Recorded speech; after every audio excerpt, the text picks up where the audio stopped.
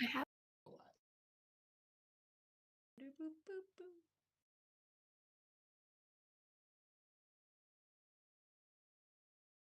I keep forgetting. I have two computers here, and so I keep wanting to use the one that I'm connected to video on to do stuff on the one that I'm streaming on. Live yet? We are live, yes. We are live. Yes, that's why I'm talking. Wondrous! Oh, gracious me, it's begun! Yes, we have one viewer, so we're doing as well as our last stream. Way to go, guys. Way to go. Doing so well, everyone. Hello and welcome to the Scribe's Journal. We are your hosts. One second. Hey, I have this whole introduction thing planned, so shush. Well, you're taking too long. Yes, I'm waiting for people to join in. Oh, look, there we go. See? That's the spinning wheel of death. Huh? That's not a good sign. Oh, uh-oh. Hey, everyone out there in the great wide world, could you go ahead and tell us if you can hear us?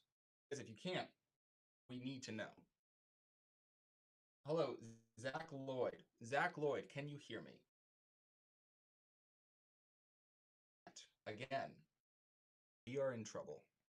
Zach, can you Discord me and let me know if it sounds clear? Because I'll have it pop up on my screen. That is Zach is my brother, for context. He's not. South Tech Creations. Thank you very much, sir, and possible plurality there. All right, we're gonna go ahead and get started. All good. It's an external visual telling me how it's going. I can't see that. All right.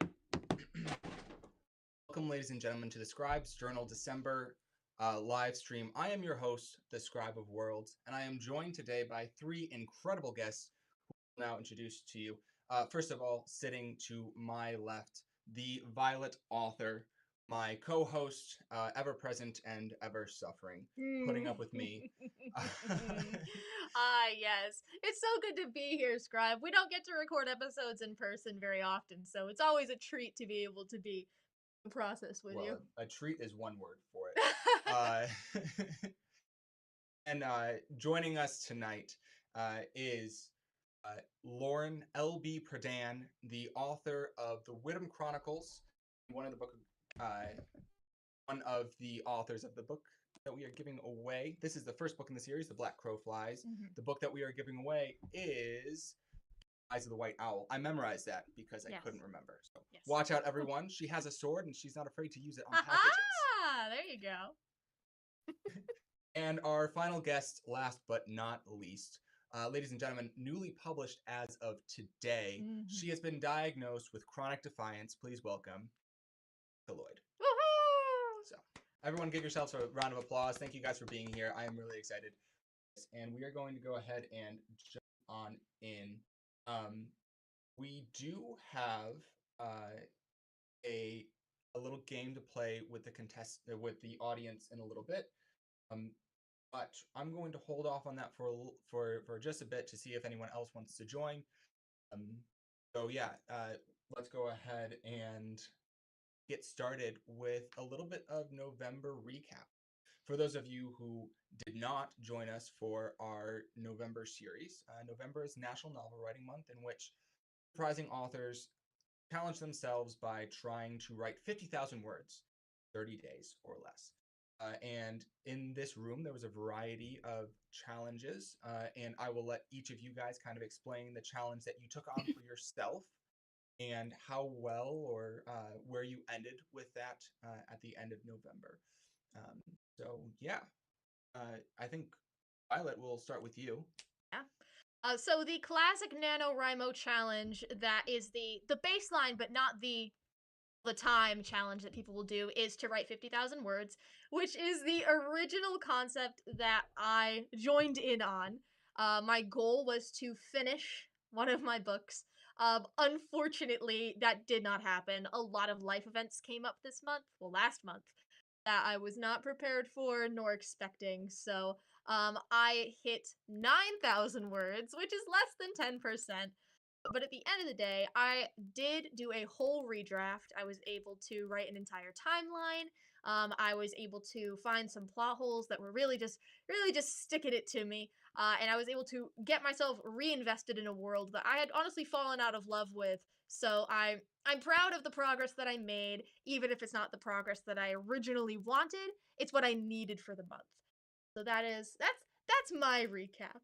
I think I love that. I've said it before that like trying to write 50,000 words in 30 days is a lot. And I know Lauren and Becca, you've both done NaNoWriMo, correct? And I've also done NaNoWriMo twice. And yeah, it's much easier when you're in like high school and you don't have the real life stuff kicking in. Yep.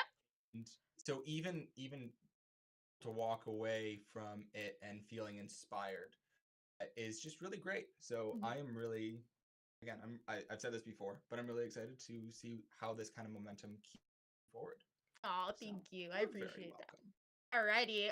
Lauren, do you want to take it next and tell us how your NaNoWriMo went? Yeah, so this year for NaNoWriMo, for me, it was just a really basic goal of just writing every day. I had just finished the kind of developmental edit of my second book, Rise of the White Owl, in September and in October. So that's when I sent it to my copy editor. And then I just kind of took a break, about a 46-week break from writing. And so November for me was really just getting back in the mindset of my world, starting on book 3, drafting book 3, and just getting back into the practice of writing every day for me. I knew there was, just with life going on and things I had planned in November, that I was not going to hit the 50,000 word count. So I was like, I'm just going to try and write every day this month.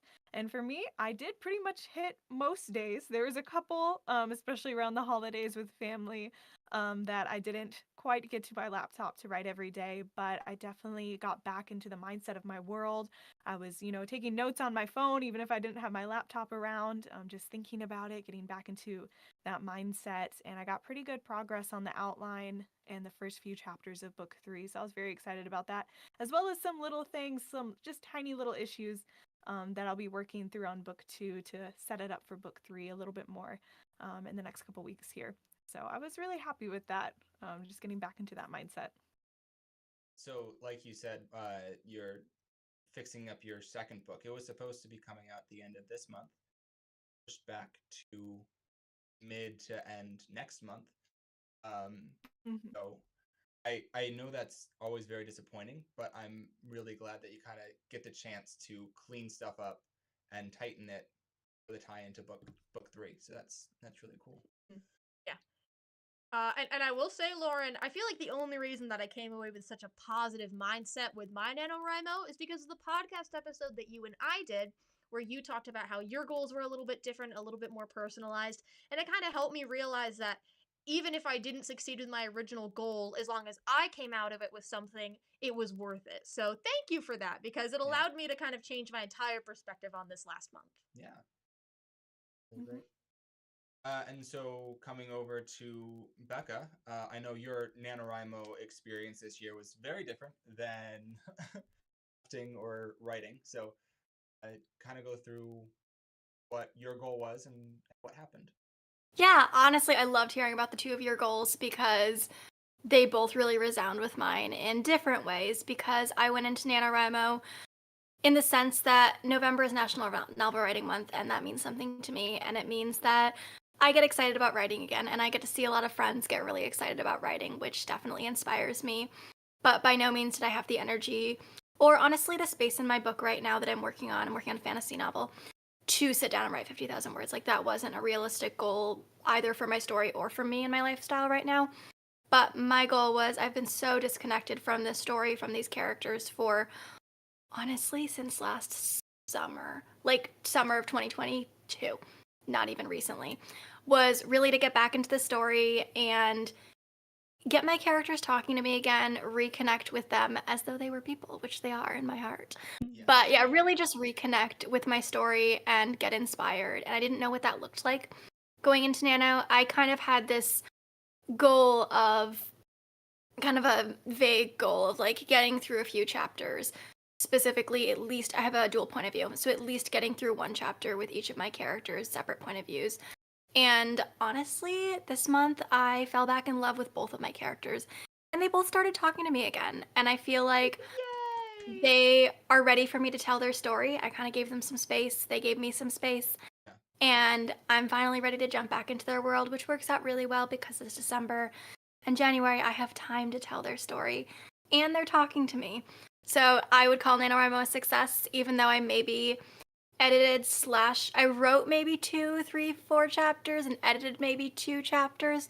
So when it comes to looking at what I did on paper, not a success. But when it comes to the fact that I feel inspired and excited about my story again, it was a huge success. So it was neat to hear about both of your experiences because I think it is similar in that the number of words that you write, the number of chapters you write, whatever it is, isn't always the main victory, even if that's what you enter expecting to be the victory. Sometimes the victory is just feeling inspired and excited about your story again. Yeah, absolutely. That is a great way to put it. Yeah. So we are going to go ahead and play a little quiz with the audience. But before we do that, I kind of want to talk about the book giveaway because let's be honest, I know why everyone's here. We want free stuff. How many? I can't see it. How many people? Yeah, who do we have? Currently, have 6 concurrent viewers. Oh my goodness! Which means that there are 6 people watching us live. There might be other people like part of the video at the beginning and are kind of watching minutes in lag time. Yeah. Oh. 6 times more than we had our last live stream. I know. So We're doing let's great. go! Yeah. Awesome. Look, guys, you got to get excited about the little things. Just the otherwise little victories in life. Life just doesn't. I'm excited. This is Life huge. doesn't throw enough at you for you to get excited for just the big things. It's true. It's true. Truly. I mean, look at it this way. For those of you who are viewing, the less amount of people there are, the less people you have to compete with in order to win. There you go. So the way we're going to do is we're going to take down all the names of the attenders. So if you guys go ahead and throw your name into the chat, we will get that recorded for you. Mm-hmm. Which is my job, despite the fact that I cannot see. That's why we practice touch typing. It's valuable not only in... Her face is this close to the screen. I can only see about this far in front of me with his mask on, so you know what you gotta do. Yeah, so if you guys don't put your name into the chat, all of you lovely viewers, we will not be able to give you the chance. Someone just asked if they are allowed to use bots, and you don't need to. If they have mailing addresses, then but they have to be different than yours, and I know what yours is because I know who you are. So, you are known. Yes. We have one. It is Zena. So Zena, congratulations. You are currently the only name in our bucket, so you will be winning this as of right now. So, but yes. So that will be one way, and then as I've said, that we'll have a couple games tonight, and if you do really well in those, then we'll add your name again for another chance. So you might get more of a chance to win. Mm-hmm. And if you guys want more prizes for future live streams, send this out so that we can get some more people in it, so that maybe next time we can heighten what we can give. It's a give and take system. So if you guys want to take a minute and copy the link to this and maybe post it on Instagram. This is my job here, all right? Post it on Instagram, post it wherever you want. Tell people free book giveaway, and that normally gets the kind of people that we want to join us. This is true. But enough promo. So we also have Frances, Frances. No. I'm incredible. Who that is, and I love her. Assuming it's the same Frances I love. Possibly. I don't know. She is... Anyway. I don't know what kind of information I'm allowed to give out. We also have one from David Perdan. I wonder who that is. He says, I am a plant from Lauren to win books. When I win, she gets them. So, I don't know what that means. I don't want to win my own book. Do you want to win my book? Yes. So, yeah, and I so put in a little parentheses, only Becca for his, so that if he does win, we'll make sure that he gets Becca's book. That's fine. And so that's another thing. David, if you win, then it kind of clears up who gets what. But if you are the first place winner, we are going to choose names twice. The first place winner will get their choice of the 2 books, and the second place winner will get whatever is left, unless it is David, in which case David It's just kind of decided. Sorry, I had an itch under my mask, which was an uncomfortable moment. He says, I want to win author's book and Becca's. And Zena Cool. just said, I am. I don't know. She's referring to herself as existing, which good for you, Zena. We are Congratulations. excited about your object Congratulations. permanence and your realization of self. Yes. So Proud. anyway, So all proud. that to say, we have 3 names. So now we actually have a contest. Yeah! This is great. So I'm going to go ahead and start our first quiz. And our quiz is mainly for the audience, but I am going to invite our guests to join as well. And this is a little game, it loads, that is called Word Trivia. And so the idea is, how well do you know writers? And if you have listened to our podcast, then you might know them very well, and you might be able to get the answers correct. If you do not listen to our podcast, then good luck. All the answers to these questions are located in our podcast episodes where we showcase our guests. Yes. For me, that means you're going to have to dig a little bit because I've been around the block. For our lovely guests, we only have 1 episode currently with Becca, and we have 2 episodes with Lauren. You won't have time to go digging, but if you want to figure out the answer, if you want to speed run it right now, speed run it 5 times 0.5 speed. Yeah, exactly. So, I guess since I cannot share it directly with you, if you go to menti.com, menti.com, you can use the join code 65. What? Or do you want to tell everyone that's able to stream this? Anyone watching this stream? Oh, can okay, see cool. it. I can't see his screen, so there's no. I also cannot see the chat currently, so if the chat is blowing up saying it's not working, I really do apologize. Contact one of our guests, because look, I know you all are connected. Yep. And Interconnected, a real just web. let us know. But anyway, if you guys want to join, it is menti.com. Code is 6. Are you joining? No, I guess not. Should we be joining? 551. What's that?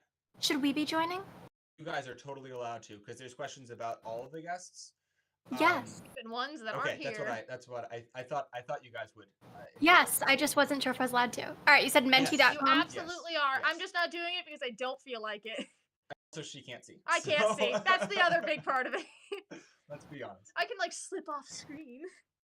I guess you could. Not that I can remove the mask. It is permanently attached to your head. It is permanently attached to my head pretty due to the difficult. curse that I donned when I accepted the mantle of the mask. But that's This is another true. story for This another is true. day. So are you guys on menti.com? Yeah, what's the code? The code is 1 It is 6551 6551. That is 01 not the code. 02. There's Sorry, more. I wasn't finished. 0102. Sorry, got ahead of myself. You're all good. All good. Chat, please stop telling me that you guys are all plants. That really doesn't make me feel good about this, Is that okay? what they're doing? Well, I've had 2 people say that they are. Didn't work. What Okay. does plants mean? Have you tried? So, is it showing up on the stream? So if you guys Can you look at see the video? at the top of your stream screen, it says join at ment.com, ment.com. I'll throw it in the chat for all of you.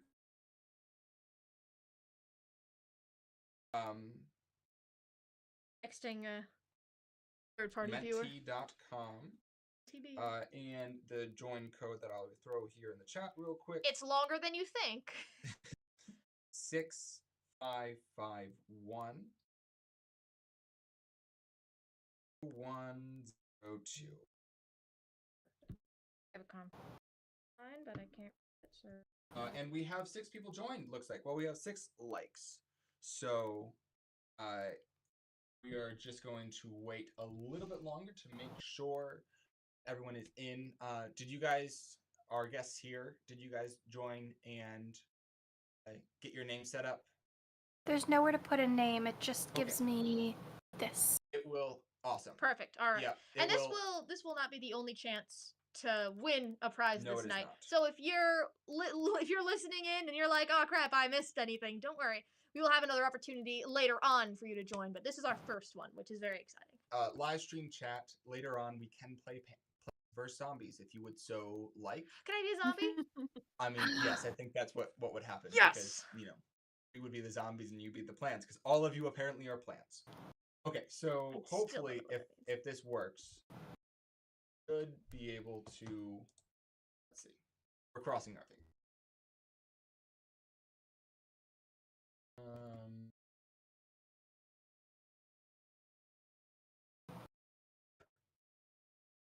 Whoa! Uh-oh. What's wrong? That was not supposed to happen.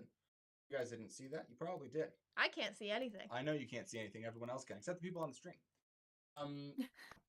1 second. We are going to switch out of some stuff, and I'm going to figure some stuff out. Perfect. While we We'll do both be that, Just talk. let's talk about Lauren's book for a second. We'll get to you, Becca, but as you can see, this is the copy of your first book, The Black Crow Flies. I did a little bit of personalization. If anyone wants to know where I got these beautiful seals from, you can check out my Instagram at thevioletauthor. I did an unboxing of one of Lauren's beautiful little goodie bags, and oh my goodness, I had so much fun with it. But Lauren, can we get any sneak peek to what this upcoming book is going to be? Oh goodness, book 2, or yes, Book 2. that one. Yeah, sorry, I didn't clarify. Oh no, you're good. You're good. Let me. Oof, I have stuff on the floor right here. So I actually do have one of my proof copies with me for book 2. So here's the proof copy without the band on it. So it took me a Wow. little bit longer to get that. Love how the So, yeah, covers, the art really flows well. I love how it's Yes. flipped. The dark is the outside now, and the light is the inside. I'm interested in how the third one's gonna look. Yes. Yeah. So I'm excited. Book 2. The closer I get to the release date, and the more excited I am about it. There's all kinds of new characters that have been in my head for so long that I'm so excited for you all to meet.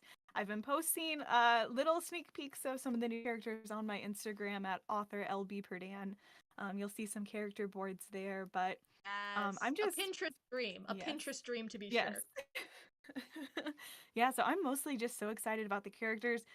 There's all kinds of new twists in this book for sure, and a lot that it sets up for book 3. And so I'm already looking forward to seeing people's reactions, seeing their new favorite characters.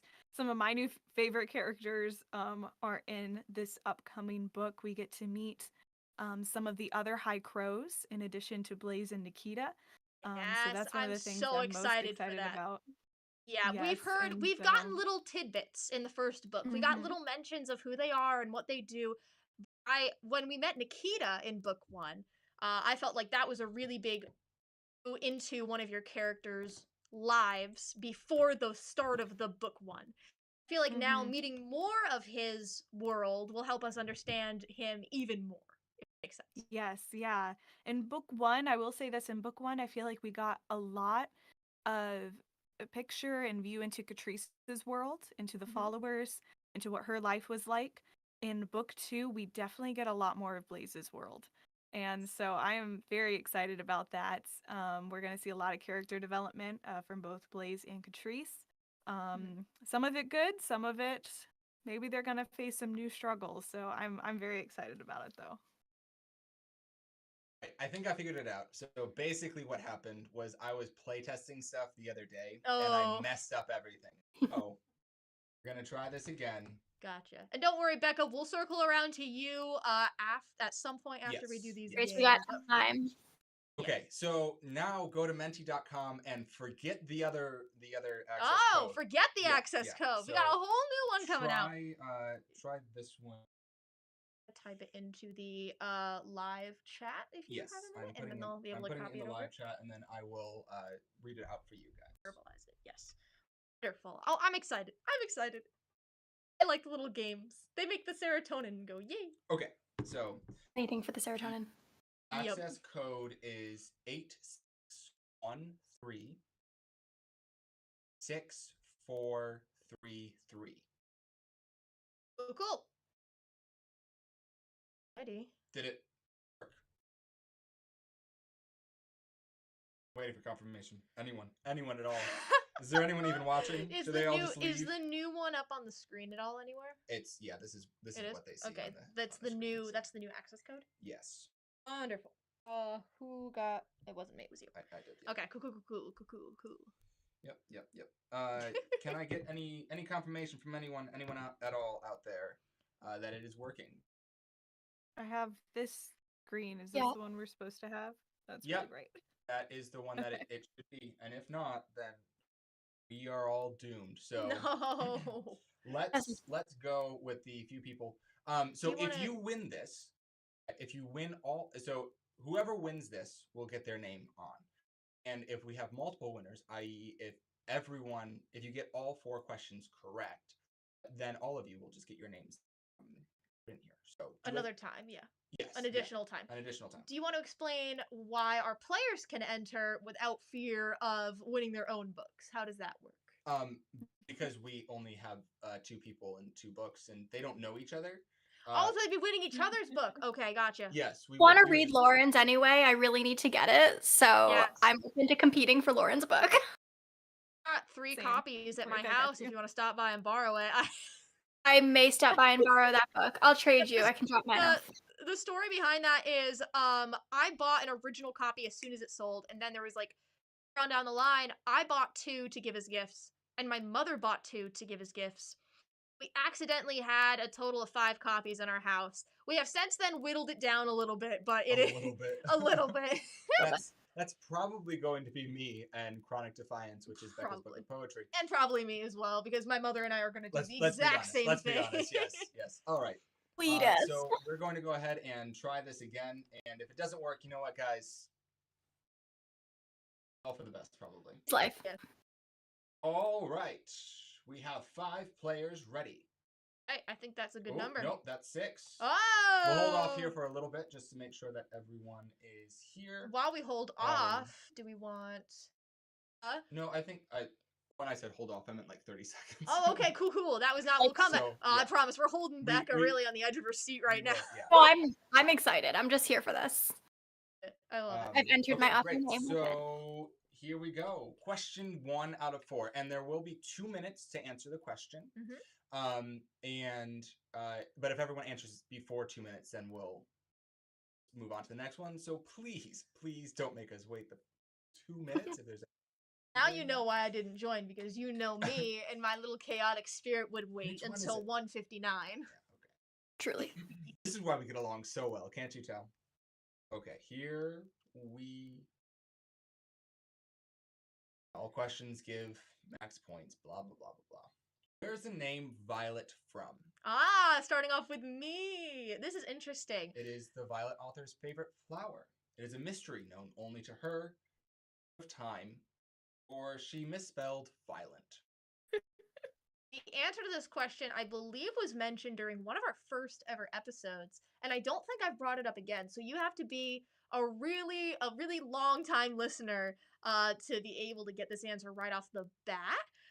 But there's another way for you to figure this one out, so I'll leave it to you guys. But Laughing because I genuinely thought I knew where the name Violet was from, and it is not one of the 4 options.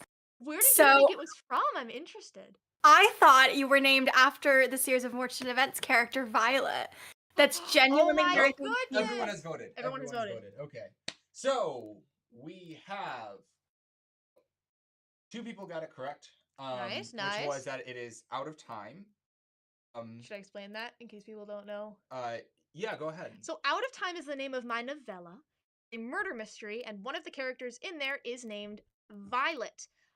So that is where it originated from, mostly because I realized that I had a podcast that I was starting and that I didn't want to use my name, and so I was just like, what name can I use? And it was just like a draw of the hat, a roll of the dice. But I love the name, so Violet it is.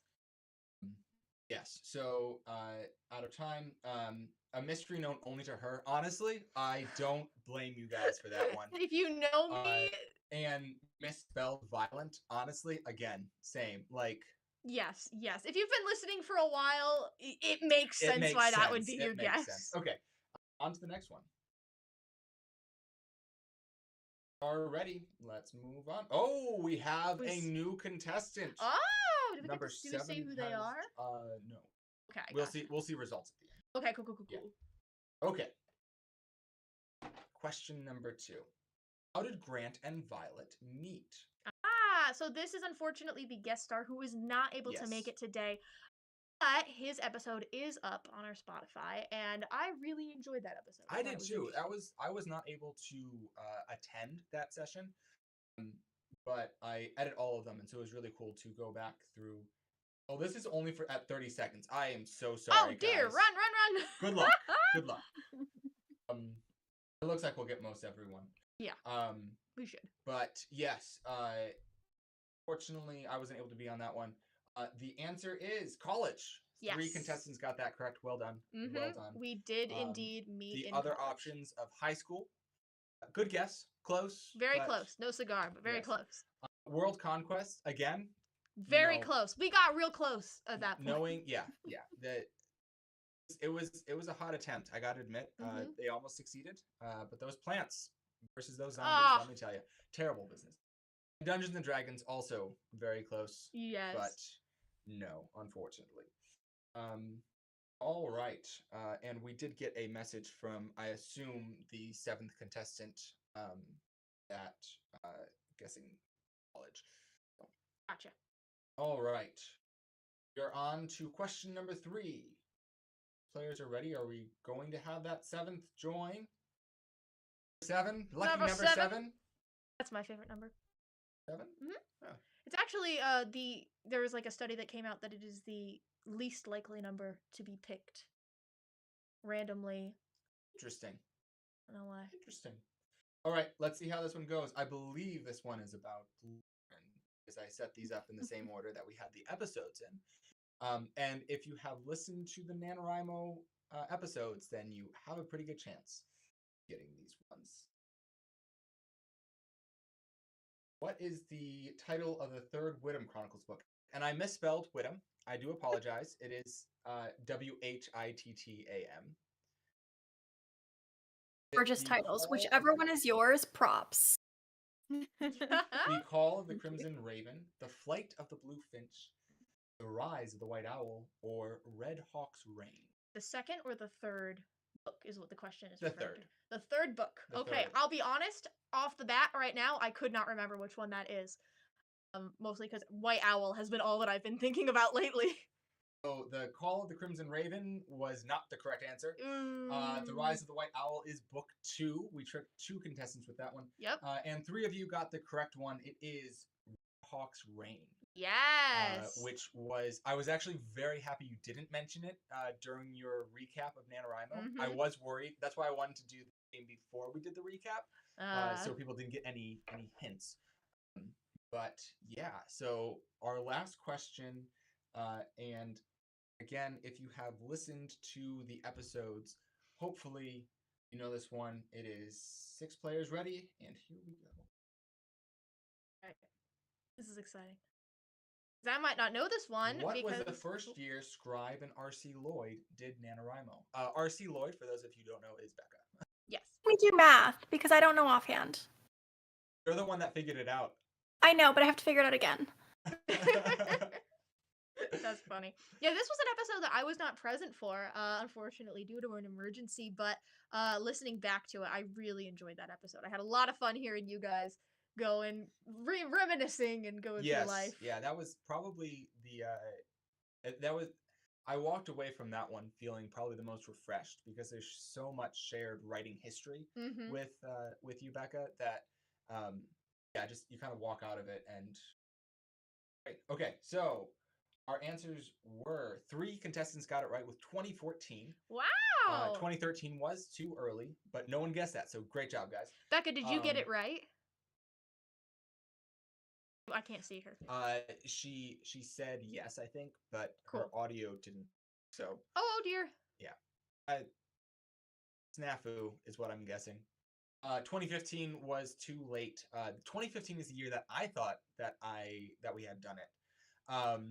But I was corrected during our podcast, which is why I included this because see, I'm weeding out the true fans here. That's all I'm doing. That's what we're doing. So go back, re-listen to all of these episodes, and then 2016 likewise was too.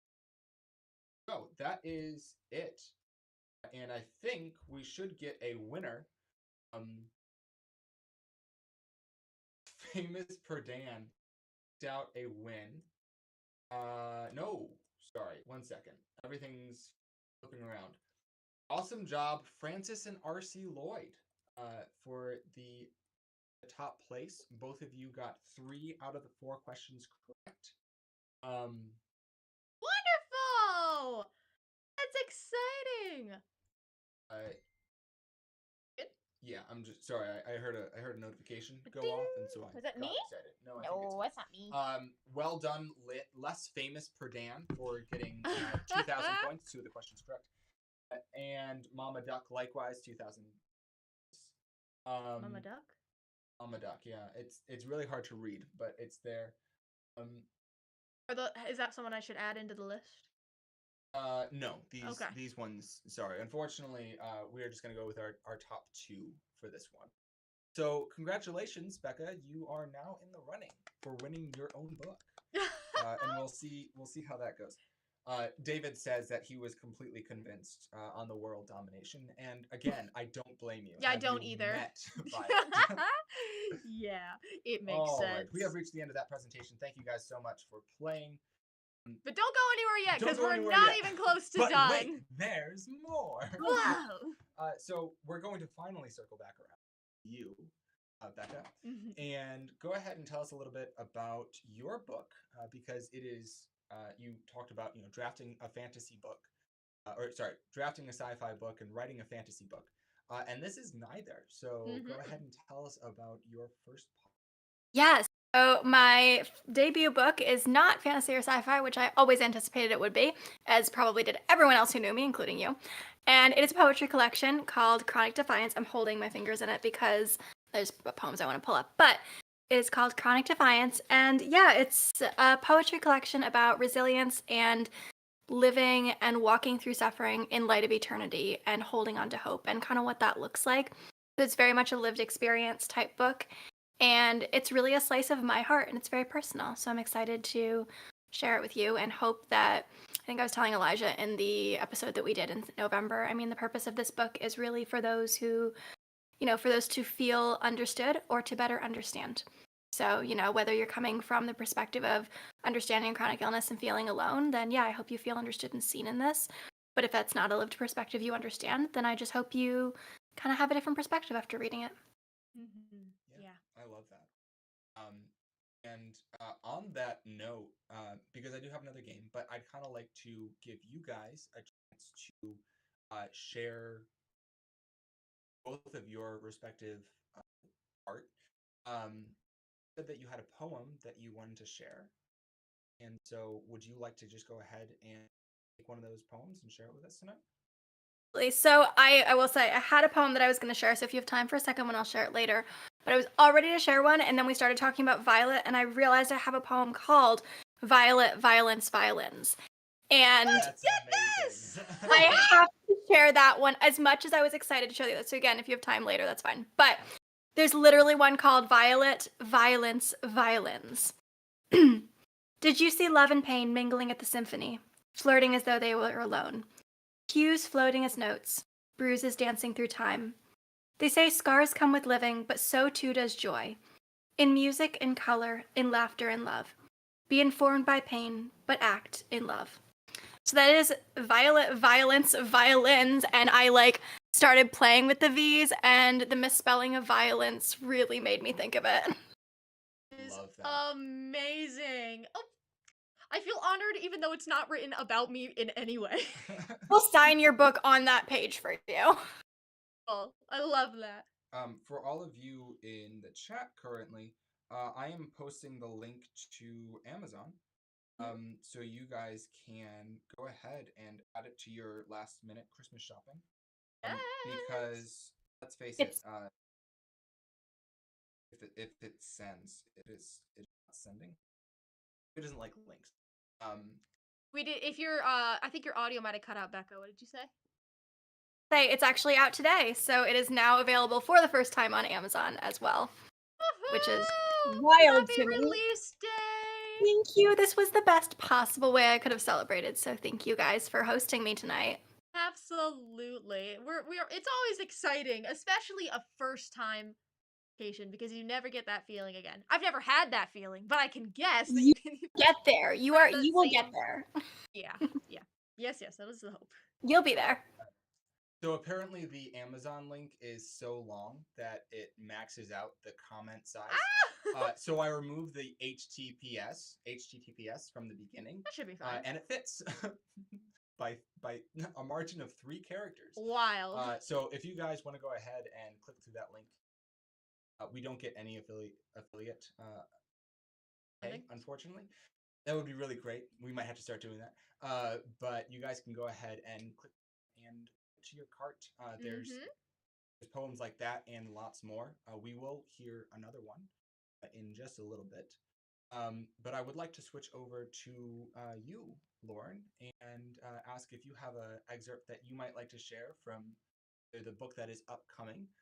Give a little bit of a teaser. Or one from The Black Crow Flies, because I'm sure that there's a lot of people on the call who probably have not heard this book. So yeah. Whatever you feel more comfortable sharing, we would love to hear. So I do have one kind of similar. I do have one picked out from both books. So I have a short one from book 1, and then if you guys would want me to later, I can also do a short excerpt from book 2 as well. But I do just have a short little kind of page and a half from book 1 I'd love to share with you guys. So Absolutely. Okay. All right, so this is from The Black Crow Flies. This is like really early on. It's chapter 1. And this is from, I have 2 main characters, Catrice and Blaze. So it's a dual POV, and this is from Catrice's POV. And so she's in a little bit of a setup. She's currently in the marketplace in the town that she is living in under an assumed name because her family is on the run from the king. That's a little bit of context, but here we go. Let me find my starting spot. I understand. Okay, and at this point, there are, she's in the marketplace, and there are soldiers collecting taxes from the various stands around the marketplace, and she's just kind of standing off to the side with her friend. So it's a little tense. There's a little bit of a kind of a confrontation going on, and then the scene opens with this here. The shriek grew quiet as the soldiers drew their swords, the screeching metal drawing the attention of the few city folk who had stopped to watch. Catrice stiffened. She shouldn't be here. Is there a problem here? Another voice broke through the silence. A man dressed in all black walked casually towards the group. As he grew closer, the soldiers quickly sheathed their weapons and lowered their heads, casting nervous glances back and forth as if afraid to make eye contact with the man.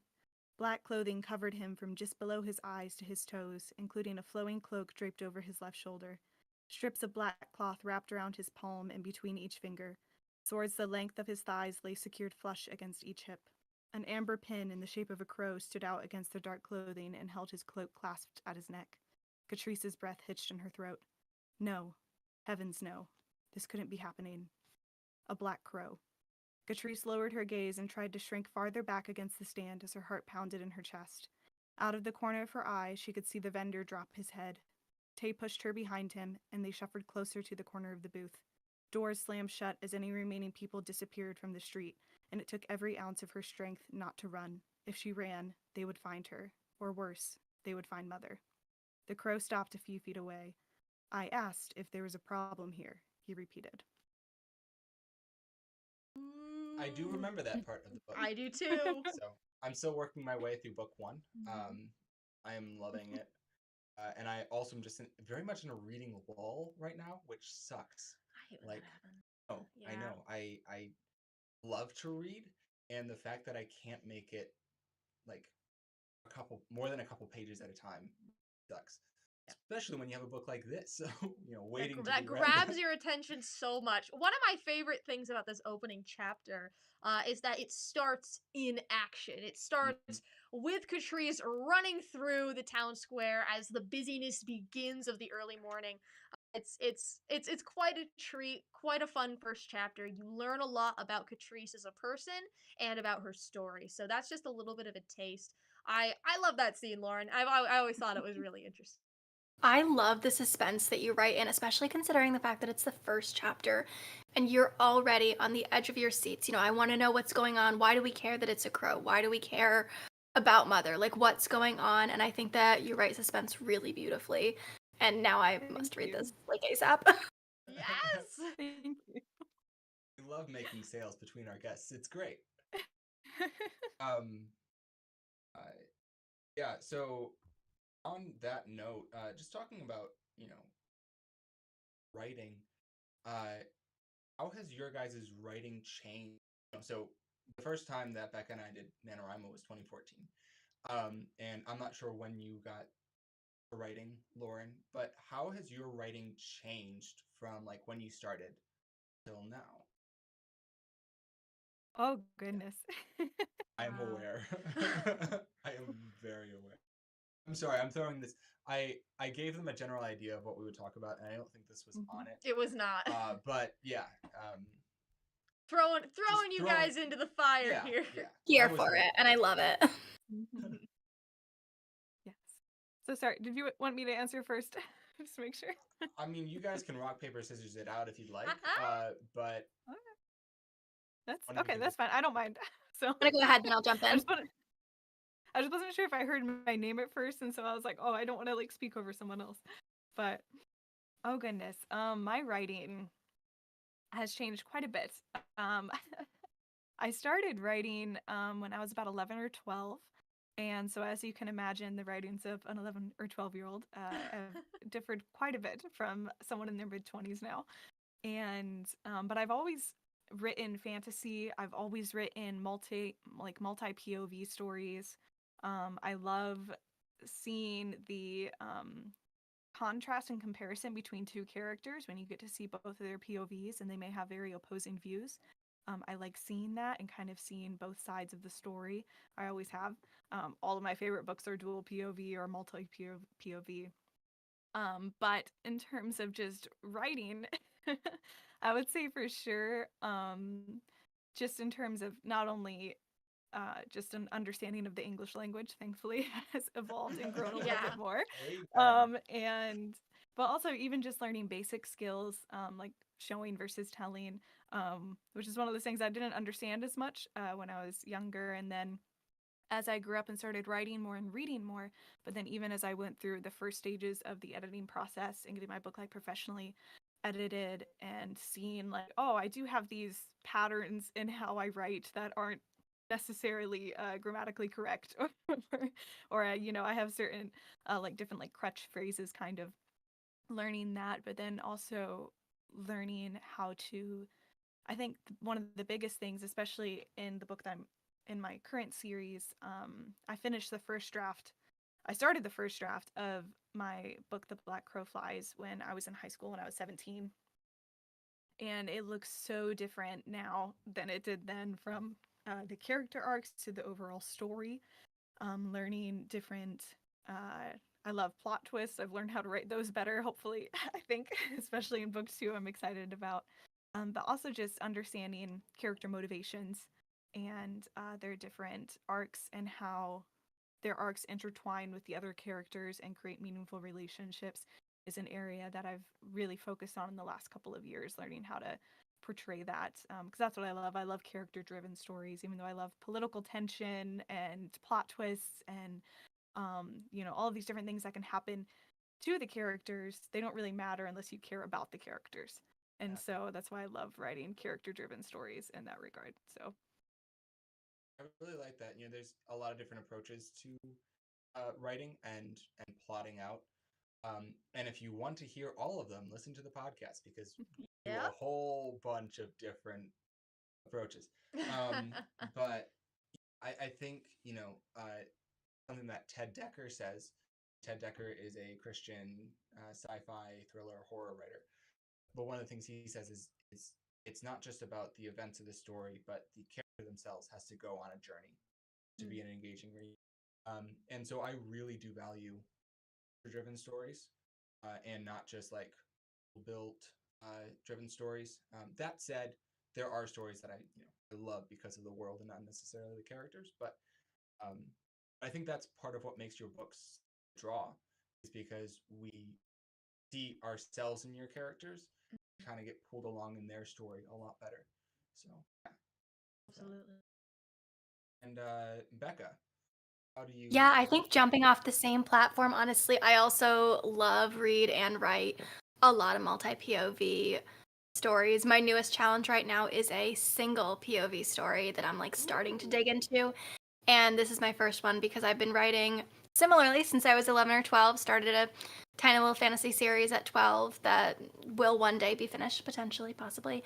But that was a multi point of view story. You know, I was talking from 3 different children. The fantasy novel that I'm working on right now, that I'm in revisions for, is 2 point of views, and the entire series is plotted to be 2 to 3 point of views per book.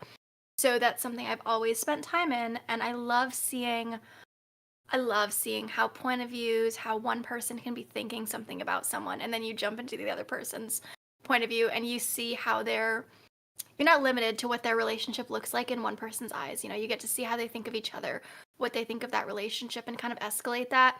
And I think that's definitely something that my writing has changed a lot in, you know, writing multi-point of views as a child. It was very much, oh, here's 3 pieces of the story, and the voices weren't as distinct. Whereas I feel that as I've grown, the voices have become more distinct. And it's been, you know, an added value. You know, each voice is an added value to the story rather than each voice is just a different camera. So I think that's something I've definitely been working on developing, and then reeling it back in with my newest challenge, which is a contemporary, potentially sci-fi. We're playing with how far we're going to go, but it's very contemporary, dark academia. You know, what do I do with just one camera? What do I do when I can't jump in someone else's head? And that's been my most recent challenge of playing with that. But I do think that one of the things that I've changed a lot and grown a lot as a writer with is outlining and the outlining process. You know, I started writing as a child and I just jumped in and started telling a story, and where it went, it went. And then with NaNoWriMo 2014, I started telling a story, and where it went, it went. And that meant a lot of days where I did NaNoWriMo in 2014, had to hit that 50,000 words. There were a lot of days where I hit those, you know, 13 or 12 or whatever that daily goal is, with a whole bunch of nothing.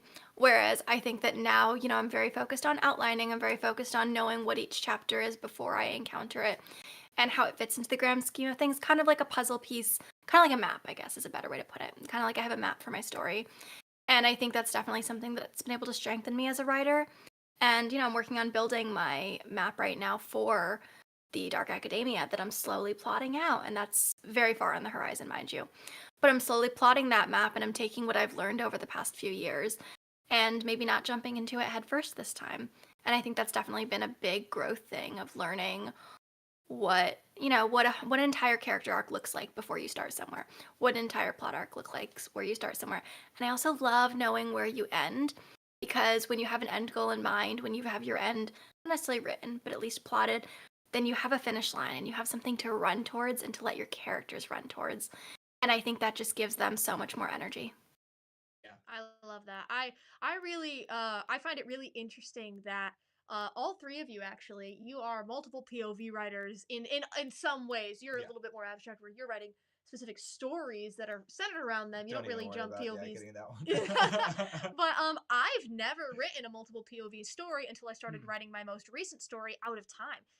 One of my big challenges lately is the inverse of, oh my gosh, how do I make voices that sound different? How do I not use the same like kind of catchphrases for every chapter? Yeah. Because for my story, it's not just multiple POV, every chapter is a different POV, and it never goes back to the like only one chapter per character POV. So it's a real struggle sometimes, I feel like, to catch those voices. So I have great respect for you guys and your guys' ability to in and out of these different heads. I'm finding it to be much more difficult than I thought. So I find that interesting. And also, Becca, I for the first time have started outlining.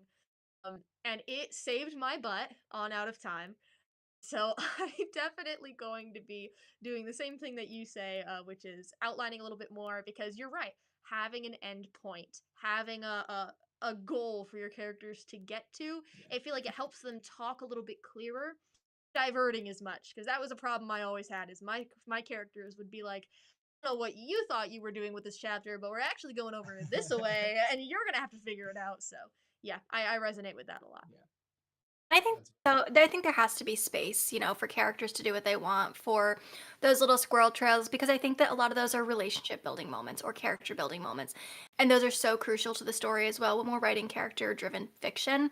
But like I said, having an end goal, or like you mentioned, having an end goal lets you as the author take a step back and say, you know, how does this work towards our end goal?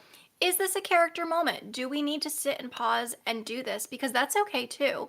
But at least measuring it against something, whereas, otherwise you're just running around a whole bunch of nothing. But I mean, outlining is such a large topic that we could go into for hours. But I'm excited that you're doing it and starting.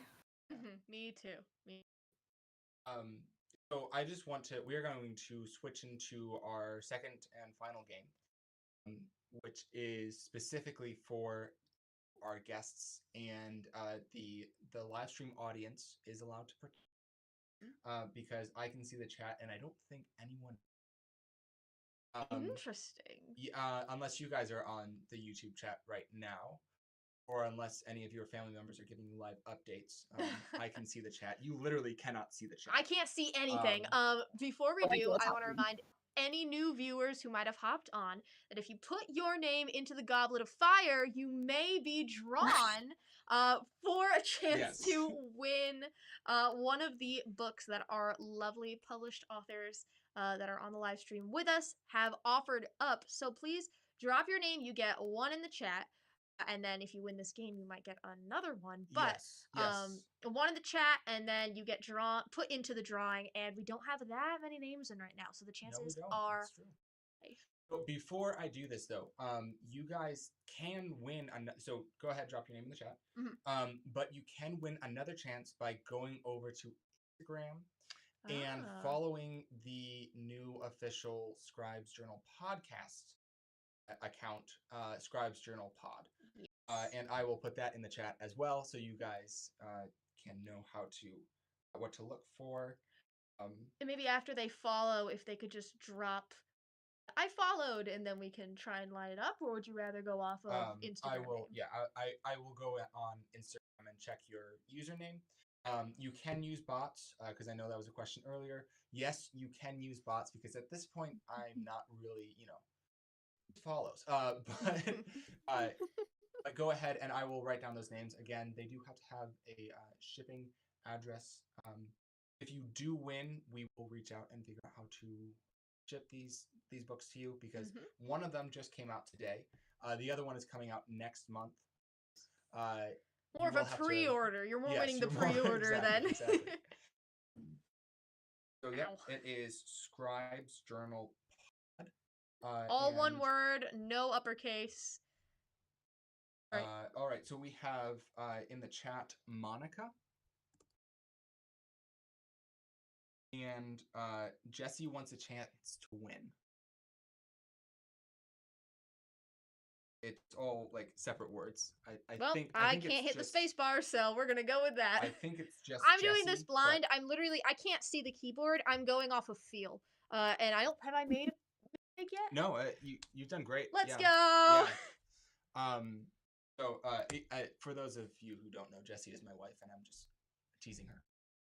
I love you. So let's go ahead and switch to this game, a game called One Star Review. And in this game, we are going to be asking our contestants to name the classic piece of literature based on the star review that it got. Oh my gosh. And there is a little bit more of there's a little bit more of a hint within the quote. I'm just rearranging the screen a little bit so it looks a little bit better. Gotcha. Just pardon me. We have 2 follows on that. So that is Monica and Zena again. And you guys don't have to say it in the chat. I will go back and check. But so the way this is going to work is I'm going to flip one of these over, Jeopardy, to read the question, and I'm going to start it with Violet. Violet, you will get a chance to answer. If you get it wrong, I will put it over. If you cannot get it, I'll get it to Becca. And if all 3 of you are unable to get it, the person who has responded in the chat will win and will get a chance to get their name in the drawing again, as well as the winner of this among our guests here will get some Scribe sticker merch. Yes. From random bubble stuff that I make. So we have some of us as ghosts. We have the inkwell, which you can't see because Yes. it's out. There's some other ones too, but I will send you the link and you guys can choose your favorites. If you guys do so terribly that the chat wins, I will give stickers to all members of the chat, which is currently a whole 6 people. So, you know. There you go. You know, if you guys want to put me out of my budget, just go ahead. To be honest, I just need excuses to buy stickers for myself. Yes, and the more I buy, the less they cost. So I'm just trying to. Oh, that's true. Bulk orders. I didn't even think of that. Yeah, exactly. I really love the ghost ones. You can get one of just me as a ghost, one of just Scribe as a ghost, or you can get a cute one of us together, which I had a lot of fun making those. Yes. And there will be Christmas themed ones coming out soon. Yes. So and by soon, I mean not soon, but soon enough. Because I have a concept, but I haven't started on them yet. But yeah. Yes. So if you'd like to hold off and get one of those, you are allowed. But anyway, we're going to go ahead and get started. 1-star reviews. So our first one, which might be the hardest, so I apologize, but don't worry, they'll get easier from here. Oh, thanks. I really appreciate it. It's a classic American novel of the 1930s. The review, while the story did have a great moral to go along with it, it's about dirt and migrating. Dirt and migrating and more dirt. Again, they all get easier from here. Don't worry. Oh my gracious. What have you done? Hey, this is a question. Yeah. Trail to Oregon is a game, right? Oregon Trail. Yeah? Yeah. So it's not a book. There might be a book by that name, but that is not this book. Okay, cool. I won't give you that as No, yeah, thank you. Oh boy, here's the problem. I don't know very much. Classic literature. Well, I don't know very much. I'm going to. I will give you guys one more hint because yes, I will admit, please. What have you done? There was a VeggieTales adaptation of this. Oh my gosh, that narrows it down so much more. Okay. Oh, I think we have some answers. Okay, but okay, I anyway. can't see, so it doesn't help. This is true. Oh boy, a VeggieTales adaptation, and then we have some people. She can't see the chat anyway. I can't see it. A hint is dirt. Oh boy, all I can think of right now, and I know that this is not it, is it's not this. Oh, I'm gonna be so mad at myself. I'm not gonna get it. All I can think of is Lord of the Rings, and I know it's not that. It is not Lord of the Beans, which is the Lord of the Beans is the adaptation. The Sporks! Yes, the Sporks. That was, in fact, a British author. So we'll go ahead to Lauren. You know the answer. The only thing I can think of that might be a VeggieTales adaptation is it The Grapes of Wrath? It is, in fact. That's it. I've never read that. Grapes Yep. Wrath by John Steinbeck. Do I enter it on here? Just keep score. Good job, Lauren. Do that for you. Okay. I can't see. That's fine. So I will be keeping score on this one. Lauren, that will be 100 points. And well done to all of the people in the chat for getting it correct. How many entries did we get in the chat? We had 1, 2. I thought you were gonna just say 1, and I was like, yeah. We had 4 people. 4 people who guessed it correctly, as well as 1 incorrect guess.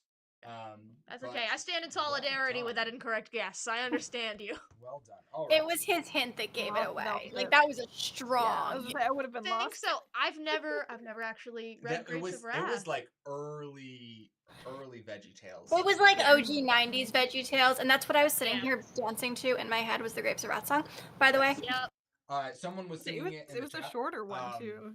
Yeah, we are the Grapes of Wrath. We never take a bath. Yep. Yeah, exactly. love All that. right, number 2. Lauren, we're going to start with you, so you might have the advantage. In this game. This classic romance novel received the review. Is a very tiresome book. Too much dialogue and very little action. Much love and not enough Jesus. I love that last part. Too much love and not enough Jesus. You said it was a classic romance novel? Yes.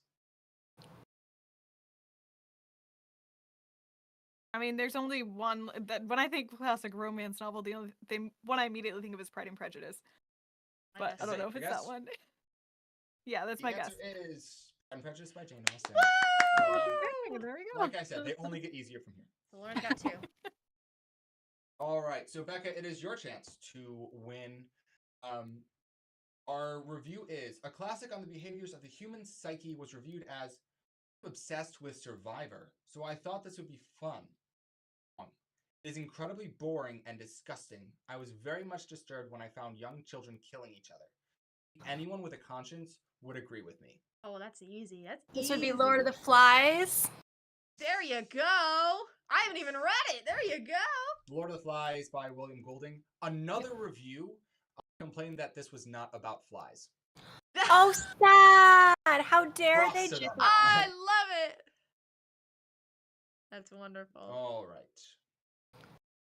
So coming back around to you, Becca, that is 100. And Violet, your chance to win again. I really hope I didn't put the 2 hard ones right on you, but you know what? If you don't win, I'm gonna be so annoyed at you.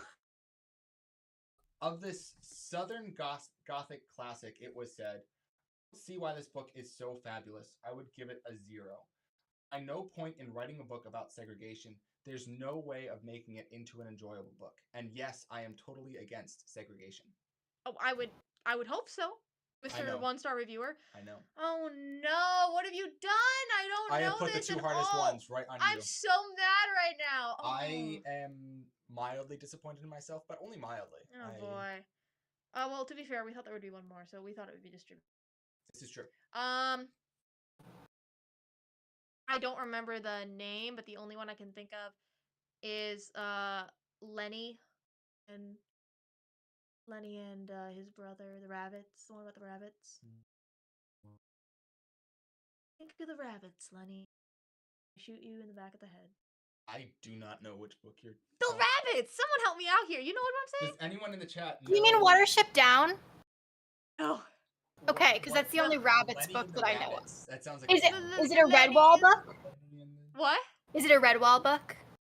Is it about bunnies or is it? No. It's You said bunnies. I was giving you bunny books. I know, it's not about bunnies. It's about 2 brothers, one of which who is on the spectrum, and they are trying to live life at a time when that is not seen as acceptable. They are farmers. I'm gonna go with no. It's classic. It's a classic. I believe you. I do believe I don't know you. it all. Check the chat. Check the chat. Someone's got to know what I'm talking about. People are saying mice and... Yes. No. Ah. Good try. Thank you, Good try. chat. Thank you, chat. You dug like a little too far, I'm thinking. Okay. So Lauren, over to you. Do you have any idea what this might be? Could you repeat it again? Sure. Of this Southern Gothic classic, it was said, I don't see why this book is so fabulous. I would give it a 0. I find no point in writing a book about segregation. No way of making it an enjoyable book. Yes, I am totally against segregation. I would hope so, once again. Again, good things. There's multiple books in my head. But oh goodness, I don't know which one it's gonna be, but this is the one in my head, even though I don't think it's a classic, so I don't think it's that old, but I'm gonna say The Help. Ooh, it is not. Good try. Good try. That's a really good one, though. Becca. I think it's To Kill a Mockingbird. And the answer is To Kill a Mockingbird. by I Harper read Lee. that book! No! I just want That to was say one of my the guesses, yeah. chat had it. Who? Chat has, they. Okay. I think everyone has said To Kill a Mockingbird. Wow, there fabulous. was one, Gone with the Wind, which I assume was the Southern Gothic part of things. Isn't that one about the Toad and the Frog? No? Saying that Of Mice and Men is about the rabbits. Listen, I got animals on the brain, man. These books don't have animals in the way you think they do. I know, but it's really disappointing. So Becca, you are at 200. Lauren, you are also at 200, and Violet, you are at. I don't want to hear it. Okay, I'm great. at. This is an outrage. We're Ticket. Let's rise up against the machine. going to go ahead to the next one. Lauren, it is your turn yet again to actually wait. Yep, Lawrence. Your turn. Sorry. This American classic of childhood mischief was left with a short, to-the-point review. The most idiotic book ever. It's just a bunch of horse crap. 6 more words, requiem, quiet, bull crap. Oh boy. And this is all caps. Oh wow. Now, the chat will notice that I did not include the entire hint because Oh it yeah. might give it Oh, away. so It they might give it get away. it easy, but I I gave get you the Southern Veggie Gothic Tales. I gave you classic. the Veggie You Tales. did give me the VeggieTales. I will admit that. Yeah, was very VeggieTales good. was a strong hint. It was So very strong. I do have an extra hint that the chat has currently, and I will not tell you how well you may or may not be doing. But yes, I can reread that if you would like. Okay, yeah. Could you reread it one more time? Sure thing.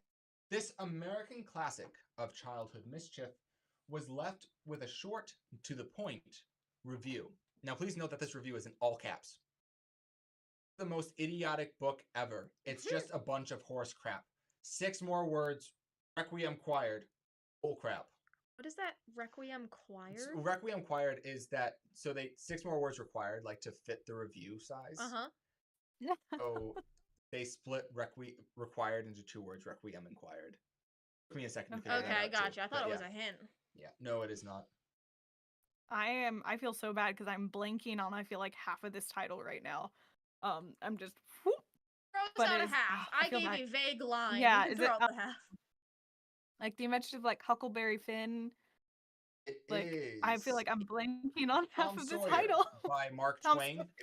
But I'll give you Huckleberry Finn Oh, yes. because Yeah. they're a Okay. duology. So, yes, and also well Yes. done, chat.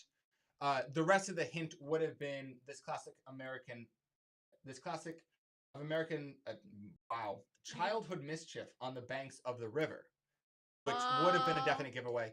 And if we had been unable to, from just the one clue, I would have given it. But well done, Tom Sawyer and Huckleberry Finn. Lauren, that is another 100 for you.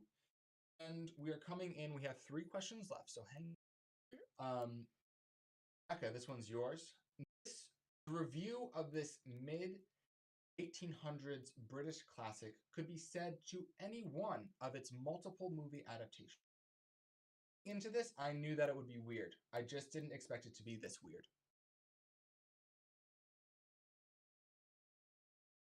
Want me to read it again?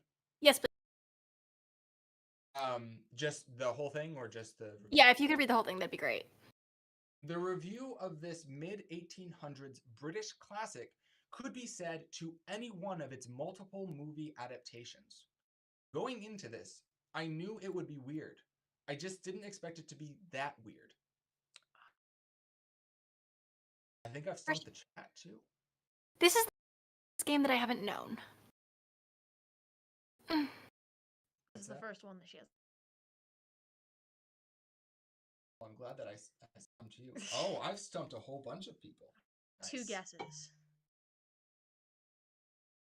I need to read British literature, apparently. I don't know where anything comes from ever, so I'm just throwing things out. No, British literature has a distinction to it. Like it's different vibes than American literature from like especially that century. Everything has better vibes than American literature. Oh, not necessarily better, just No, different. no, I didn't different. say You're right, I you're didn't right, say better. I said different. It's distinction, not better. Ooh. I will give you a hint that I don't know if this will help or not. A lot of people don't know that this is a British classic. They think it is an American. Didn't help. Classic. Okay, well, I tried. British classic, many movies. Weird, weirder, weirdest. Lion, the Witch, and the Wardrobe, Chronicles of Narnia. Nope, that's the wrong Oh, century. nice That is the try. wrong century. It is the wrong century, yes. That is the 1900s. Okay. Very good try. Going on to Violet. Is it Frankenstein? No. Oh, come on! It is that is also one of the guesses in the chat was Frankenstein. Wild. We still have Lauren. We give it away. We do still have Lauren. My only guess is Jane Eyre. Oh, Jane Eyre. No, it is not Jane Eyre. Boy. Okay, chat. Chat. Anyone at all. We're still waiting for the right answer. No one's gotten it yet. We are still waiting for the right answer. No. Oh, so some of the answers that we have in the chat were Frankenstein's monster, Oliver Twist, Jane Eyre was also a guess, Count of Monte Cristo or Les Miserables, Little, which I'm guessing meant Little Women, but then it was followed up with Nevermind. So, yeah. Anyone in the chat? Any last guesses before I reveal the answer and take the points for myself? Century is again? Can I ask what century again? 1800s. I think Mary Poppins was 1900s. I believe so. Yeah. Yeah, because it has this, it could fit. I really want to lean into the whole weird part of this. Well, Mary Poppins, if you've read the book. If you've seen Mary Poppins adaptations, they get weird. Yeah. The book, yeah. The book, do you remember the candy store? Anyone remember the candy store with the two daughters? Creepy, man. With the Creepy. book? So strange. I have not read it in a long time. So I trip and a half. All right. So for all of you, I'm so sorry that you didn't get this, but it was Alice's Adventures in. Oh, I should have gotten that. That is my favorite book. Makes so much sense. Because yeah, again, you said weirder and weirdest, Becca, and I was like, oh, she's got it, because that's. I love that story. That is a point for me. Two people guessed Dracula there at the end. I'm so sorry, guys. Mine was either going to be Dracula, and then I was like, Beowulf. And I was like, no, because there was no adaptations of Beowulf that I'm aware of. It's so also I looked it up because I wanted to know how many movie adaptations there were. And there's been like 16 or something. IMDb lists like a whole bunch of them. Oh, they're also adding in Alice Through the Looking Glass. This is true. It does include Alice Through the Looking Glass. But... Alice in Wonderland binge watch party all night would be so fun. So Jesse actually did it, but Jesse! I don't know. I'm going to assume that was before the answer was revealed. Yeah. And Jesse, you're an honest person, so I assume that you will tell me if I'm wrong. Okay, but so Jesse, you might get another name put in the chat. Am I doing that right now? Yes, please. Or we might just remove you. Okay, moving on. Back to Violet. Yes, greetings. This is the review of this landmark dystopian novel. Only be more ironic if had used it as kindling. The review is, hey, I had to read this book for school and it was the worst thing I've ever read. A worthless, good-for-nothing piece of junk. Actually, it is good for something. I took this book with me to rifle practice and I shot at it instead of a target. I got busted, but hey, it was worth it. Mail me if you want a picture of my shooting. Okay. I'm going to say this because the kindling thing. Sure. Is it Fire the Hunger Games? No. Oh, my gracious. Landmark dystopian. I don't know what that means. It means 19th century dystopian. Yeah. Well, why didn't you say that? Because I thought that was obvious. Landmark just means like one of the first dystopian books. 20th century. Yeah. That have changed your answer.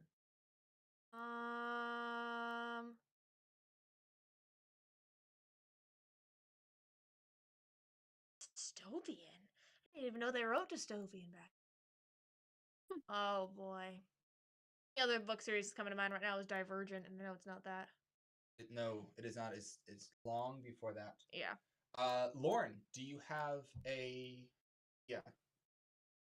I have a guess. I don't think it's right though. Is it the Book of Elijah or the Book of Eli? It is not. No, that would have been funny. Would have been funny. Becca, go ahead. What is it? So you cut out, but you did get it right. So go ahead and say. Fahrenheit 451. Yes. So Fahrenheit 451 is Ray Bradbury's I thought it books, was and a war. is often recognized as, I should probably open this up. It is often recognized as one of the first dystopian book stories. He also wrote 1984, which is also dystopian. And I noticed that several other people got that answer. And some of them were in the right category. Oh, I'm sorry. 1984 was written by George Orwell. Yeah. I am confusing my authors. Who also wrote Animal Farm, which was also a guess. Oh, yeah. But yes, so Ray Bradbury's Fahrenheit 451. Because, do you want to explain why that is? You had just briefly mentioned kindling in the beginning of the review, and Fahrenheit 451 is the temperature at which paper burns. And the story is all about how they're living in a society where books are illegal and they burn them, and knowledge is illegal, and yeah, it's very communist, anti-communist, but like, yeah, that's the vibe. Yes. Okay, so we have one question left, and it should be starting. Everyone has gone through and had a chance to go first. Yep. So what we're going to do is I'm going to show it. You are going to think of your answers and then tell me them, kind of like Final Jeopardy style, but no bidding points. And then whoever gets it right, I will add your points, and whoever gets it wrong, but you just don't get the points. And currently, we have a tie for first place. Lauren and Becca are both at 300, and Violet doesn't want to hear it. So, our final... Amazing how much expression you have with a mask on. I've just got to say. The vibe helps. You can feel the heat through the lens. Feel it from here.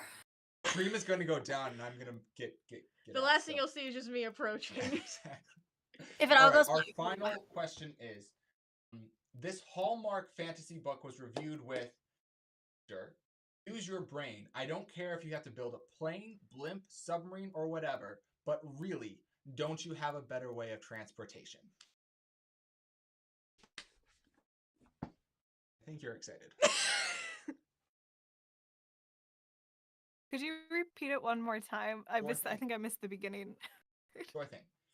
This Hallmark fantasy book was reviewed with character name. I won't say it because I don't want to give it away. Use your brain. I don't care if you have to build a plane, blimp, submarine, or whatever, but really, don't you have a better way of transportation? I really think I have the right answer on this one. Okay. Probably I'm debating if I go with my gut or if I think longer. I never think. I just speak. It goes great. You can tell by my scoring. Clearly.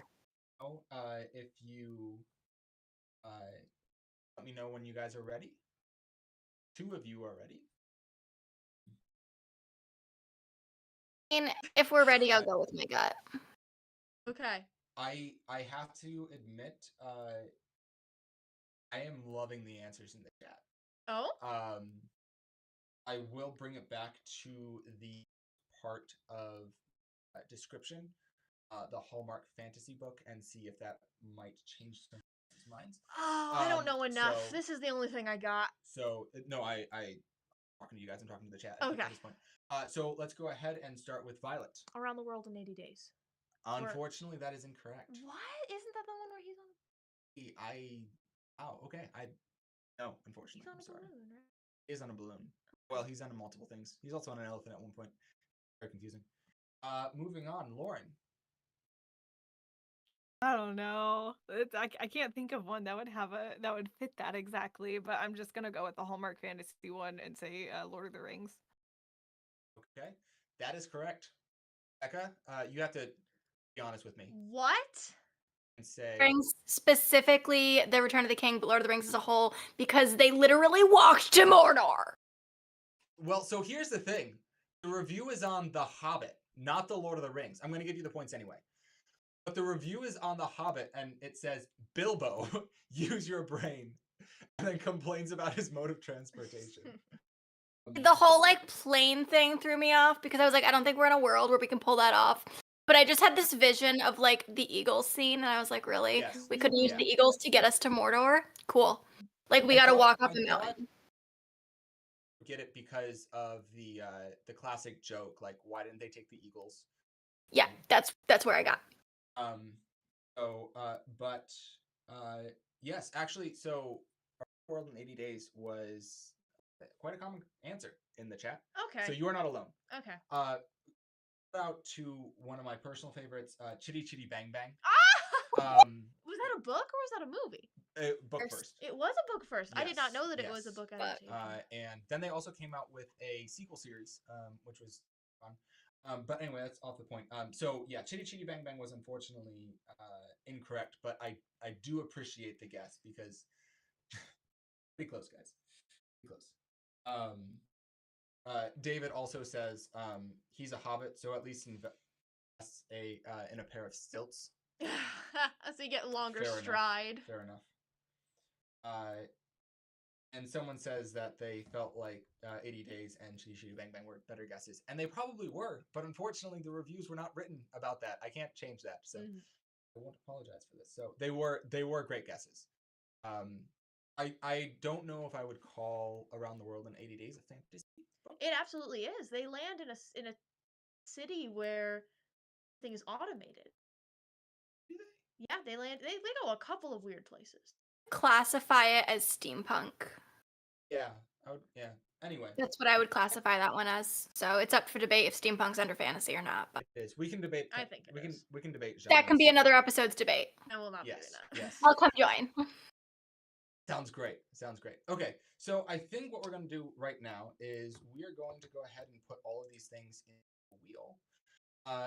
Which means I go off screen. Yes. Bye-bye. We have. Who do I put? Sorry. So unfortunately, we ended with a tie. Yeah, who do I put in here? Because both Lauren and Becca got that last one correct. And so they are both at 400 points. So I will go ahead and be very gracious and give you guys stickers if you would like them. No, obviously no pressure if you don't. But you guys can go ahead and I'll send that link over to you guys, and you can which ones you want, and I will get them for you. In the meantime, I believe Jesse's name is also been added, which you I think did. Yep. So while we are waiting, I'm going to go ahead and check. For those of you who have just joined, go ahead. Our internet might get a little wonky, but for those of you who just joined, if you add your name into the chat on YouTube, your name will get entered into the drawing. If you follow us on social media, scribeofworlds, my co-host is the Violet Author. We have beca.poetry and authorlbperdan joining us. Follow us on social media, but specifically follow Scribes Journal Pod, the official Scribes Journal podcast Instagram account. And I'm going to go over there and check that to make sure that we have all of the names from there. And in the meantime, Becca, I believe that you have another poem. You might. I'd be happy to read another one. I was going to read this one initially, and then we had the whole Violet thing going down that had to be shared because it was too good not to. But yeah, I'm happy to do that if you guys want to figure out the wheel stuff while I'm reading. So I have Sunshine, and this one has a tiny little illustration by the incredible Sarah Francis, who's an author who did my illustration, cover, and design. But it has a little illustration on this page. So we have Sunshine.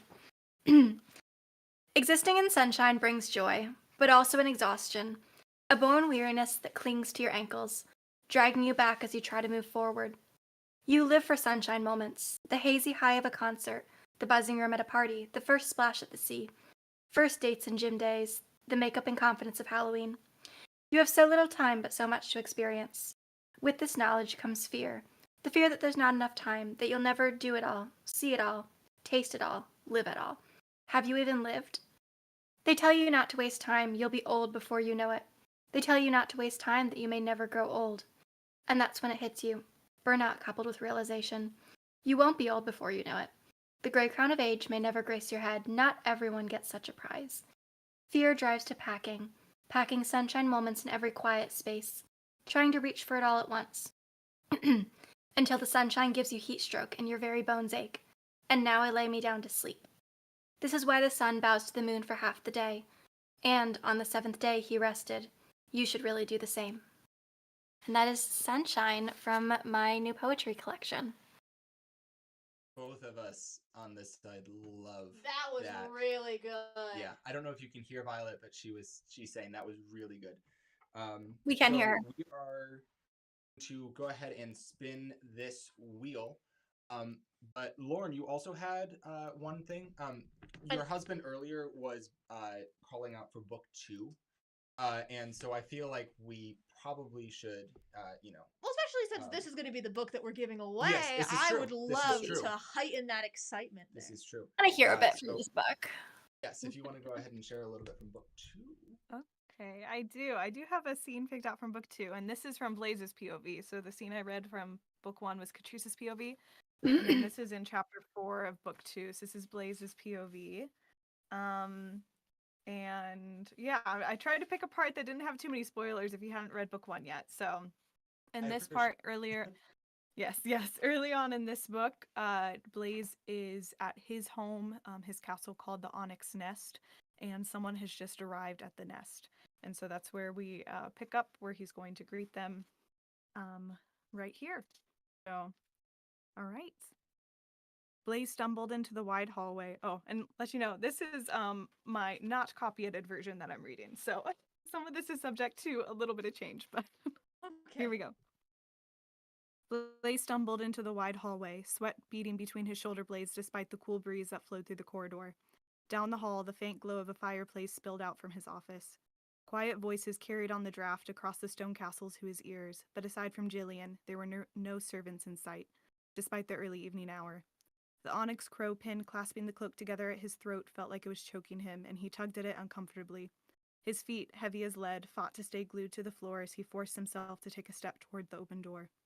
Being in the commander's presence had never been calming to Blaze, but he'd never reacted like this. His body had never screamed at him to run as fast as he could the other way before. His blood had never felt like ice flowing through his veins. He'd never been afraid. The commander was his father, after all. He'd pulled Blaze and Isaac from the rubble of Antioch all those years ago. He also left us there in the first place. The negative thought caught Blaze off guard, and he shook his head, clearing his thoughts and steeling his body. He straightened, tying the black mask over the lower half of his face as he approached the office. Stopping just before the doorway, he glanced over his shoulder at the servant behind him. "Thank you, Jillian. That will be all." Jillian's eyes darted between him and the glowing office, worry encompassing her features. He could see his own fear mimicked in her expression, but it didn't fade when she looked at him. Had his servants always been afraid of his father? Of the crows? They'd never questioned Blaze. They listened to his every command without hesitation. He'd always thought they did it out of respect. But now, his stomach clenched. Why had he never noticed it before? "Yes, Master Blaze." Jillian curtsied and turned away without saying anything else, but Blaze could swear her lip had quivered when she'd said his name. He shook his head, face forward, and entered his office before his mind could convince him otherwise. Warmth from the burning fireplace washed over Blaze as he stepped into the room. Any lingering whispers were cut short as all eyes turned to him. Aside from Harold, who straightened next to him near the entrance, there were 2 masked crows standing on each side of the room, weapons secured at their sides. A figure shifted to his right, and Blaze turned to see Diana stand from a cushioned armchair in the corner. The same worry Jillian had displayed was mirrored in his aunt's face, but there was no fear in her eyes. No. Diana's brown eyes glinted with a coldness he knew she reserved for only one person. He followed her gaze to the middle of the office. Commander Warren Tanaris, King of Whittam, sat behind Blaze's desk. A twisted circlet of 7 metal cords representing each district rested on his wavy, brush-black hair, reflecting the light from the flickering hearth. Other than the simple crown, he wore the same garb as the crows on either side of him, minus the mask, but he remained in his seat even as Blaze took another step forward. "Father, I wasn't expect—" The black crow flies. The commander cut him off, his dark eyes boring into Blaze. Any hope of this being a casual visit shattered as the words faded into the air. Blaze's chest tightened as if someone had knocked the wind out of him, and he dropped to one knee in a low bow. How stupid he was for ignoring protocol. It didn't matter if he was in his own home. His father was still king and the commander, and Blaze was still one of his high crows. Ooh, oh my goodness! Oh, I'm so excited. The minute that I heard who it was, I was like, whoa. The tension in that familial relationship, I'm obsessed. I haven't shared that snippet anywhere yet, so you guys were the first to hear that from book 2. So Yeah, that was really well written. Thank you for sharing that. Thank you. Thank you for sharing yours as well. I gotta get my hands on your poetry book. Oh my gosh, same. We gotta swap at some point and go find your books. I love this. Monica has said, no, keep reading. Honestly, yeah, Monica. could you just audiobook the whole thing for us, like right now, so I can just sit here and listen I to was it? just talking to her Because- about it a little bit ago. Seriously. You read it like an audiobook narrator. You know, you put the pitch. It's mesmerizing. I could listen to you read your book. And you can't You say that about every guys. author. No, 100%. Most you. authors, in fact, I would prefer that they don't read their books, but you are not one of those. Yeah. Yep. So Thank you guys. Okay, so I think we are ready to spin and announce our winner for tonight. So while we go ahead and spin that, I'll just remind you that we're going to spin this twice. The first name we draw will get the first pick between the two books. You can go right ahead, I think. Yep.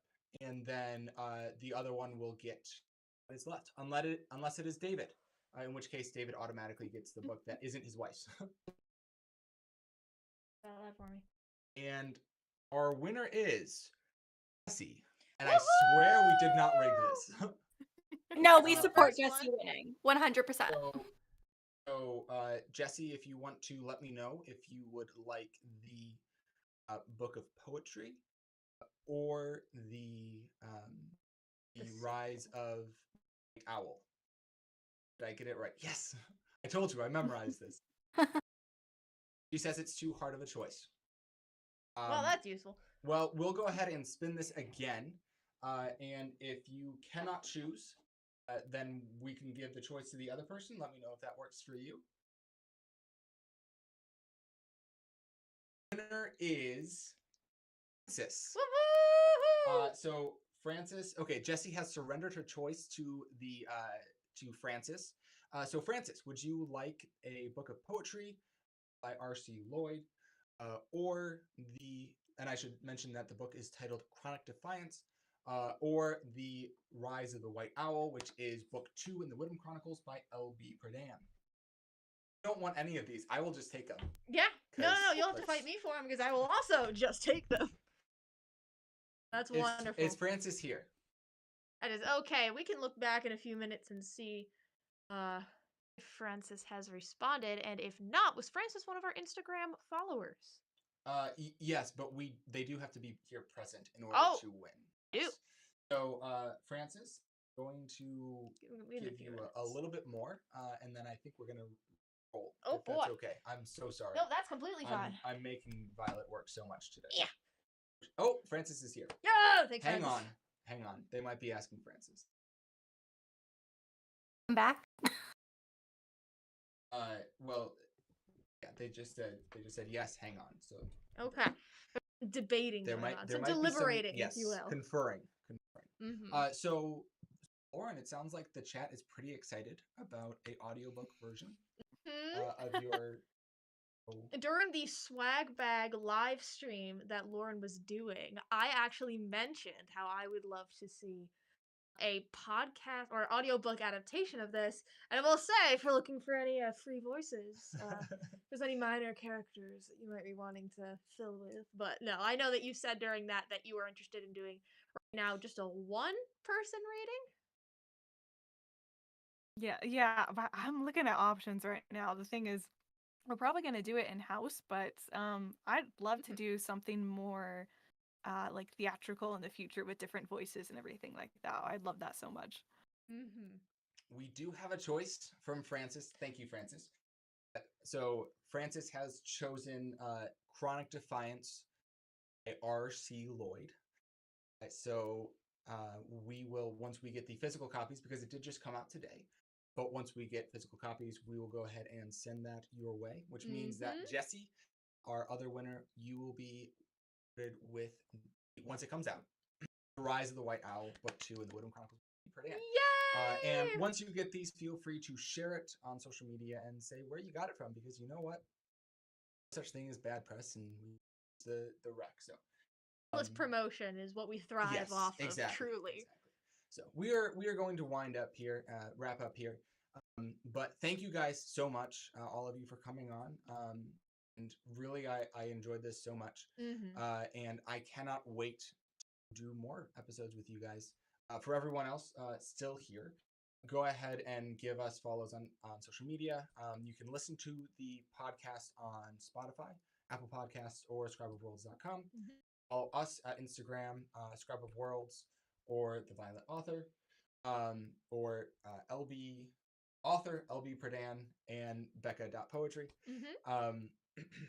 And also the Scribes Journal podcast Scribes Journal Pod. And if you're looking forward to our next episode, it will be coming out this Friday, if I'm not Yes, provided I can incorrect. edit it. It'll be the in time. beginning of our December series. However, it is not our first Christmas themed episode, technically. It is not really a Christmas. It's not a Christmas episode. It is not a Christmas episode. Technically, the last one was on December 1st. So so it's our second, but we haven't dipped our toes into Christmas yet. But that will be not this week, but next week, which we still have yet to record. So we will get back to you on that. But I hope that you joined in on that because we had a real tough time with it. This one was wild. We got stumped. This was so different from the way that we normally build stories. Yep, there was no need for a rut-row raggy. We were and if you stuck. don't know what that is, go back and listen to some of the other episodes. Yes. But yeah, so thank you, you guys, for coming on. Thank you to our audience for joining in live. I really do appreciate it. And for anyone watching later asynchronously, as they say in the educational system, thank you also for joining. I'm sorry that you didn't get the chance to win, but I am glad that you got the chance to play all of our games along with us, maybe, kind of. Let me know if you got the answers correct.